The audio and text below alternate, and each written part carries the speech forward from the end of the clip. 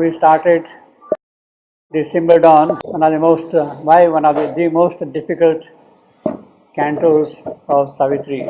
In fact, if you want to really enter into Savitri for the first time, avoid the Symbol Dawn and go straight either to book 3 or book 4, and from that point onward. He has made it very difficult, at the same time very easy, by writing and rewriting this canto any number of times. Maybe 25, 30 drafts are there for this canto. So, if you want to really begin Savitri for the first time, you start with something else and not with this canto. And I will say that was the mistake which was made by a university which wanted to introduce Sri Aurobindo Savitri at the MA level, literature level. Voltaire, the Vice Chancellor was Srinivasa Iyengar, and of course he was very enthusiastic to introduce Savitri into curriculum, and he started Symbol Dawn. But then that also became the end of it, obviously. So don't start to begin with that, you see. But if you really want to still start Savitri with the Symbol Dawn, start with a simpler narrative, not really simpler, but kind of more accessible to our imagination, the simpler narrative by the mother for the Symbol Dawn. And that is what we are trying to do. We are first going through what the mother has said about the Symbol Dawn. She has said many things which are not directly there in Savitri, and they give you a kind of an intuitive feel and a touch to what is there behind the text. And if you are able to grasp that thing, then you can kind of follow the text also more or less easily, you see. She started some of these narratives while Huta was doing painting with her. They had selected certain passages from Savitri, from the Symbol Dawn, and then mother used to read those passages. Those passages are available in her own voice. This is what we played last time. The passages from the Symbol Dawn read out by the mother. Those particular passages are the ones on which Huta had made the paintings first. So you have a visual picture, you have an audio picture, her own voice, and you have got the main text also. So actually, therefore, we need not really do Savitri's Symbol Dawn. You just go there and start. But still, we might do some foolish things and try to go through them and see what we can really grasp of it. So last time we had done a few sentences, up to sentence number 16 for the Symbol Dawn from the mother's narrative. We will continue that thing. Actually, we had done a little more than that, but I will, to recapitulate the background, we start with this one. A thought was sown in the unsounded void. A sense was born within the darkness depths.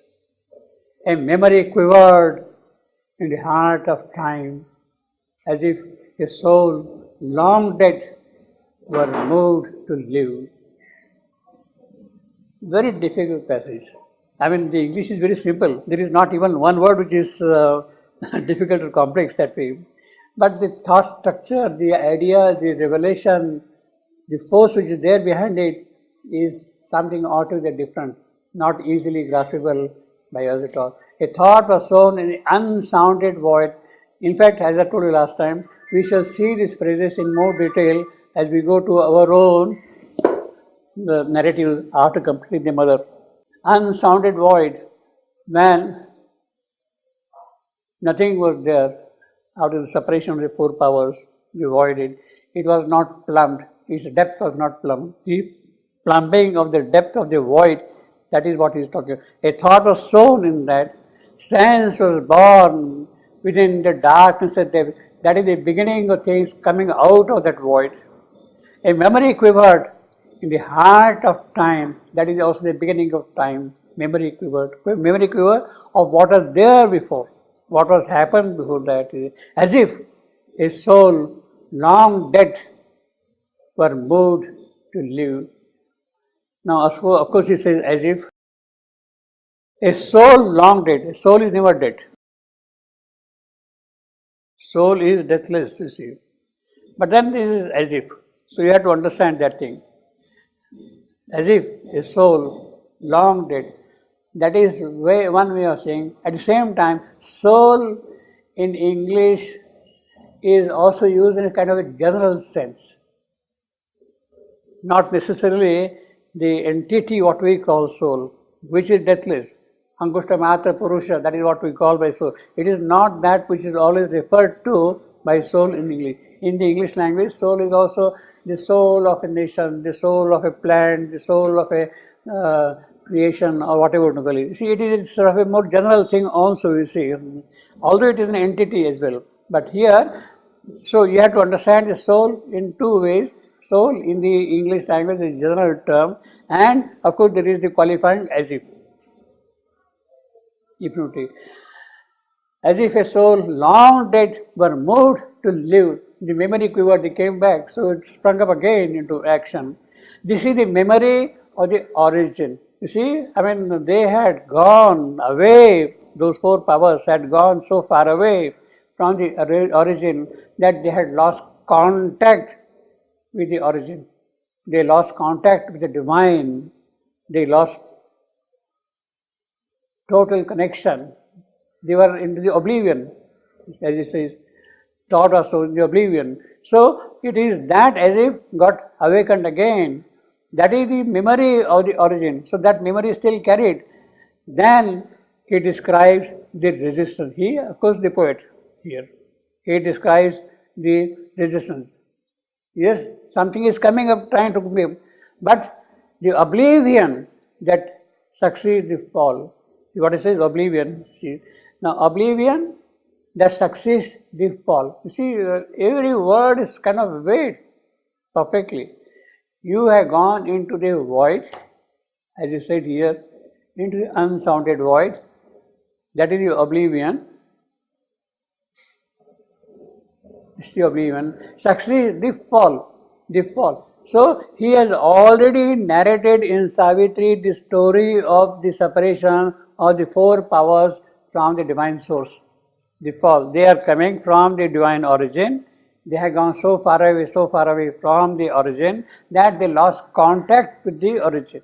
But still they carry some memory. So the oblivion that succeeds the fall had blotted the crowded tablets of the past, and all that was destroyed must be rebuilt. Well, some effort was made, something was brought into existence, it was again rebuilt, and old experience labored out once more. So whatever was tried, whatever came into existence, that got blotted, but again that must be tried and brought out. In front, all seems to have destroyed. This is what Mother says. You are done, because the oblivion, it is the power of absorbing whatever comes out of it. You see, that's the power of death, power of the void. You see, it will not allow anything to exist. It is a total kind of a hunger, as the Upanishad says. It is a hunger, and it is that hunger which will swallow whatever tries to come out of it or comes into existence. It is only a seeming because it is latent behind the unconsciousness. All can be done if the God touch is there. So this is the most famous line, the aphoristic line, you see, all can be done. See, because can be removed, can be built, all can be done if that God touch is there. Now again here, that if is important. It is not that God touch will act in any kind of a circumstance. A certain background, certain preparation, certain readiness is also required for the God touch to get affected. See, God touch is there, therefore things will automatically happen. It doesn't happen that way. See, you have to be prepared. You have to have some kind of a readiness to receive the power of the God touch. Then only the God touch works. So all can be done if the God touch is there, and then the comforting assurance, all can be done if the God touch is there. So, in short, Shivandu is giving all the process of rebuilding the consciousness in the unconscious. Everything had become void, had become oblivion, and out of that now, out of this separation, you have to rebuild the entire creation. Life had become death, truth had become falsehood, bliss had become pain. All these powers which are there, they had to, consciousness had become inconscious. Out of that thing again, you have to rebuild. And all can be done if the God touch is there. But again, at the same time, certain kind of a preparation is required for the God touch to He caused the separation, the fall, as you said, no, succeed the fall.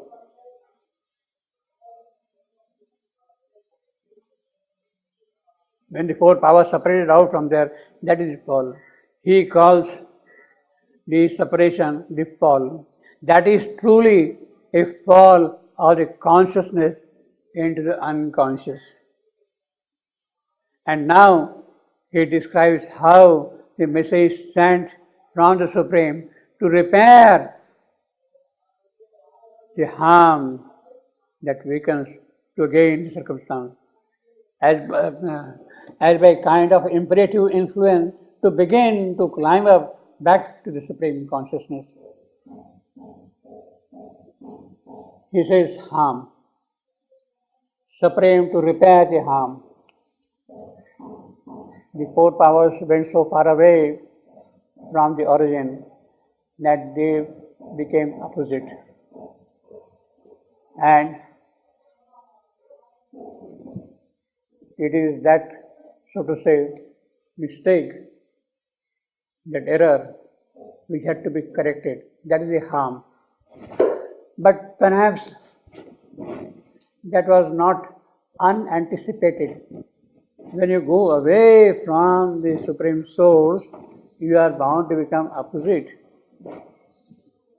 Perhaps becoming opposite is also an aspect of the process, is a necessity. It has to be there. Otherwise, how can things come up? So, it is not really a harm in that sense. Mother says harm in a general way, in a sort of general manner, but it's not really harm. It is also a necessity that darkness comes out, that pain comes out, that death comes out, that inconscience comes out, because then out of that something can emerge. So it is that which has to be repaired in that sense. So this harm is an agent to promote an activity, and how he describes, and now he describes how the message sent from the Supreme repair the harm done, wakens up again the consciousness as by kind of imperative influence. It has to work out to begin to climb up back to the Supreme Consciousness, begin to climb up.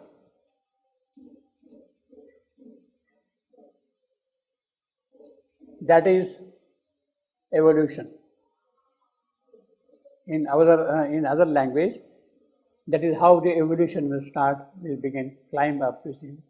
So you see, she is narrating as a story, but the entire metaphysical content is present in the statement. This ascent is this ascent is the evolution that will take so many thousands and thousands of years. But for a very long time, it was not measured. Well, she is kind of not frightening us that will take millions and millions of years. She says thousands and thousands of years. Really speaking, out of the total nothing, the first appearance, out of the total nothing, the first appearance of matter itself, the dull, inert, dark matter itself, is a tremendous, tremendous, tremendous progress. See, something has appeared out of the void. So that is a major evolutionary step which has already occurred. Although we contain matter and all that kind of a thing, but matter is there now, and matter can withstand the swallowing force of the void. It does not get swallowed by the void anymore. It stands by itself. So that is the merit of matter also. That is the merit of matter also. So it has taken a very long time for that thing to happen. After matter came life, and now slowly mental being has arrived on the scene. So she is now really talking of thousands and thousands of years in terms of the arrival of the mental being. Before that, what happened? How long it has taken? Nobody knows. But for a very long time, it was not measured. It was not measured. Well, she says here, not measured. Who is going to measure? Mind. The arrival of man. The instrument for measurement is mind. So, obviously, when there is no mind, there is no question of measuring the durations of time and the sequence of operation, how things happen and all that kind of a thing. For a very long time, it was not measured. It was only when mind took the form in man, mental being in him, in mind. Mind is there latent in the animal, latent in matter also, but when it comes out prominently in the mental being, man, mind took the form in man, that time began to be measured. Time, mind is the measurer of things. Mind is the formateur, he best form. And before that, who can know how long it took to work out from the complete unconsciousness? He is speaking of the starting point of this evolution. So in this sentence is actually to be read in terms of evolution. And then he says, all can be done with the God that is there. As I told you last time, the G is small g. You see,